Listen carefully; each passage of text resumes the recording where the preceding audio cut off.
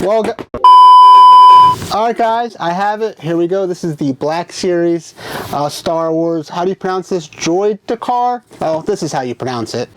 No much for Droideka. Sir.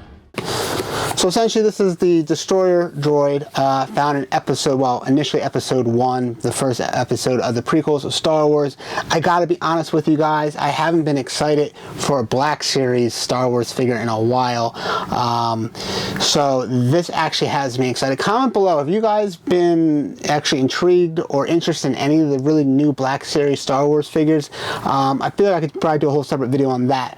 But this I'm definitely excited for. It actually took me a minute to go find my vintage, I think it's like 99 or 2000 figure that I have from my childhood of the destroyer droid here, or the, how do we pronounce it?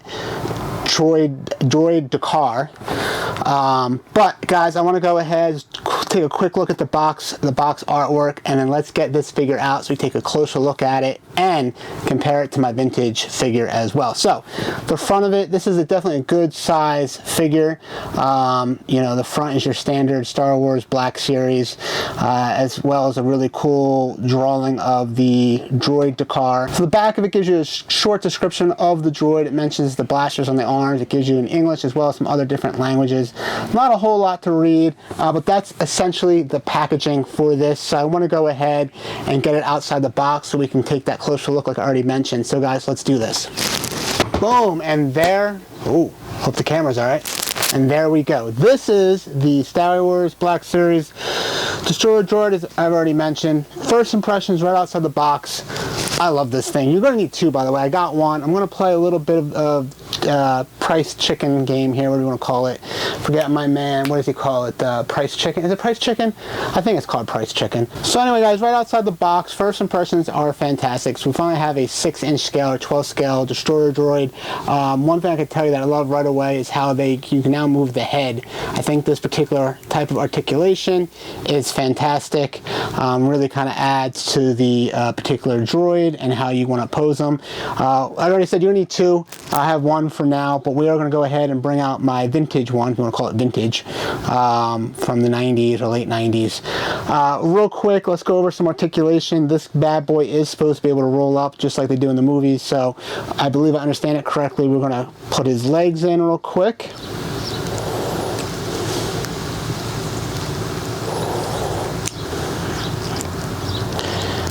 Fold them up, and I think his head is supposed to come out for this trick without me breaking it. There we go. I'm going to push from the top here just because I'm getting a little nervous. Just like the toy I grew up with, the backbone is something that bends. And one eternity later. Let me know if you guys think this looks correct.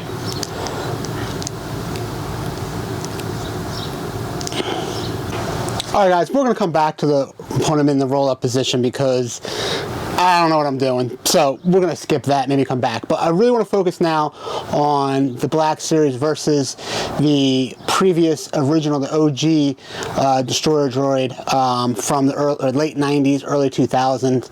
As you could see, really this toy, this Black Series toy is pretty much based off of, you know, the OG one. I keep wanting to say vintage. I don't know if that's correct terminology or not, but you know what I'm trying to say. So, is that good or is it bad? Overall, it's a great thing because this is a great figure right here. So we're going to take some time to discuss articulation as well as some of the paint apps by actually comparing it to the old school one, because in theory, although this is bigger, we have fast forward, what, 30 some years. So I would hope and think that for the most part, this thing should do everything and then some that this could and did do. So without further ado, let's go ahead and discuss paint. So paint is where this thing actually does shine and where I would knock down a few points in theory for the Black Series. So first of all, forget the fact that they're a different paint scheme. I do feel like this is more accurate to episode 1, but let's talk about some interesting details here with this vintage figure. If you look closely enough, particularly at the blasters, there is really good paint applications to the blaster itself. You even have little other paint apps photographs where the pistol tips are, including where, let's call it the cartridge for the blaster. Different paint apps, if you compare the two between the Black Series and the vintage one. The Black Series, there's no paint application at all to the blasters here. It's just gray all the way around, and I think that's a big missed opportunity. I don't know how they don't have like maybe some heat effects on the tips of the pistol of the blaster here, or just different colors, some different sort of paint schemes that give some contrast like they did with the original one here. So I find that to be very fascinating when I'm looking at certain details that they had that where the new Black Series does not.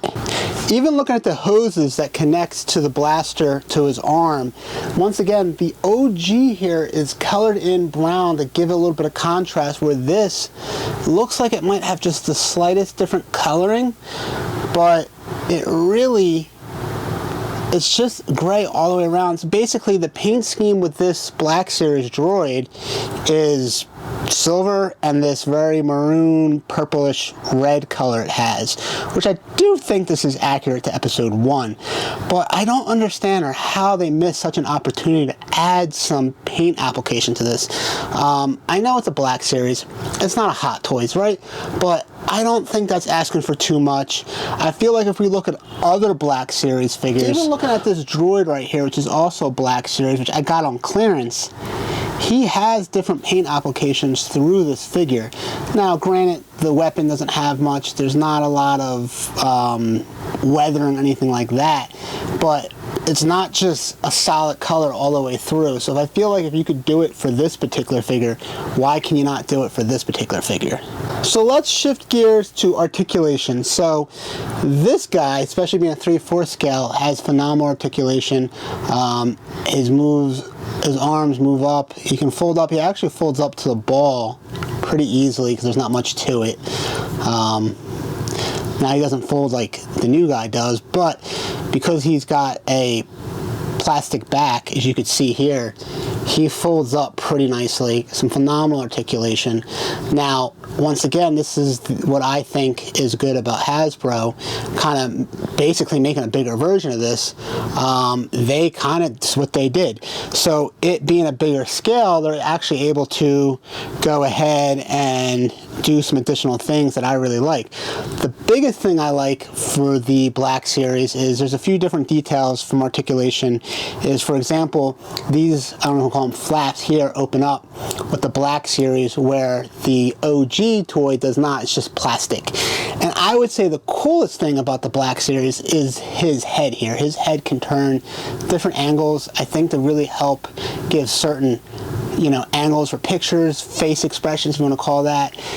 His head will slide out.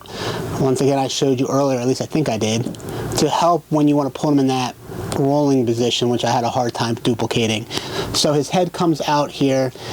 His head moves around left and right. It's pretty awesome, to be honest with you. I think that really gives it some life to the figure. Once again, a lot like the initial, the OG figure here. The arms do very similar articulation where they go up and down, left and right. The arms, the blasters do fold up, as you could see here. Once again, I can get them in some sort of ball position, but I just can't seem to get it the way they can in the pictures. But it's, I guess, kind of close. I feel like it's a little easier with the smaller OG one, which kind of makes sense. But as far as articulation is concerned, like I said, he moves around pretty well. I really don't have too many complaints. I would say the only thing, while I like that their legs move, the actual base does not move, which I think would have been a nice addition for this particular base behind the ball joint. Would go up and down a little bit, would really help you with stances, but it is supposed to be a somewhat of affordable figure. It is a lot like the vintage one, which I love because I love this figure. As a kid, this thing, man, these things, first of all, the Destroyer droids were just awesome growing up. When these things showed up, there was a few key instances in the movie that made episode 1, I think, phenomenal. When these guys showed up, 2 when Darth Maul showed up for his first time, and then obviously the final fight scene when Darth Maul revealed that he had dual blades. I think most people, especially most of us being younger at the time, kind of lost our marbles. So this guy is definitely a big contributor to making, I think, Episode 1 being such a phenomenal movie for a prequel, that is. Let's be clear about that. So let's go ahead and move our OG guy right here. I want to go ahead and bring in some other figures from scale purposes. We did have the Droid out here earlier. I think this guy looks, by the way, now that I actually have them next to each other, the color scheme between the two looks phenomenal. I think these will be cool little army builders to have together. Even though this is not the correct paint scheme in Episode 1, they do look really, really cool next to one another. I feel like they're scaled pretty well, although I'm trying to remember in the movie, I feel like the droids were just, he looks kind of dinky next to this destroyer droid, but maybe that's correct. You guys let me know in the comments below. I'll bring out Snake Eyes real quick, the infamous and famous Snake Eyes from G.I. Joe. Now, for some odd reason, now that we're filming, I can't get him to stand, so I'm going to go ahead and just hold him up real quick next to our destroyer droid, just so you can once again get a good scaling between another Hasbro product. I think for some odd reason, Hasbro is crushing it with the G.I. Joe Classified series. They seem to me to be struggling with the Black Series. I think there's many factors, some their fault, some not their fault. Probably do a video on that as well. But let's go ahead and get another figure out here for comparison. And here we have the very new popular Jada series, Jada Street Fighter. This is Chun-Li. These things have been selling very, very well. This is a great figure.